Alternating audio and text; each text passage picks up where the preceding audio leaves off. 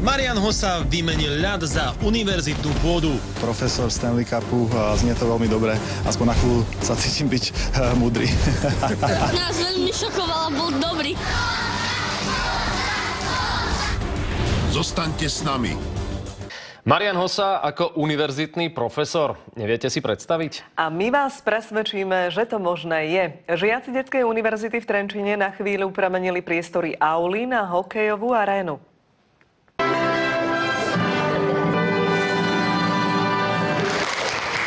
Good morning, kids. Does anybody speak English over here? No? Ja sa idem Sandru. Ja by som vás chcel tuto privítať. Aj ste rozumeli? Áno. A čo sa pýtal? Že ti rozprávame po anglicky.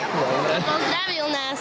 Držiteľ 2 prstenov za Stanleyho pohár sa ocitol v netradičnej úlohe ako vážený profesor univerzity. Profesor Stanley Cupu, znie to veľmi dobre. Aspoň na chvíľu sa cítim byť múdry. Príchod hokejovej hviezdy do poslednej chvíle pred deťmi tajili. Každý ho pozná väčšinou v drese. V tom talári bolo veľmi teplo, musím povedať, že to nemajú ľahké. Chceli sme, aby sme boli všetci v talároch, aby teda Marian aj pocitil talár, aby videl, že aj na vlastnej koži mal taký pocit, že nie je to vždy jednoduché. Vypadám smiešne? Áno. Je to trošku ináč, čo? Ako dresom. Nás veľmi šokoval a bol dobrý. No, ale bol smiešný v tom obleku, no. Smiešne. Po detskú univerzitu bol v Trenčine veľký záujem, no po tomto prekvapení v podaní Mariana Hossu môžu očakávať ešte väčší záujem.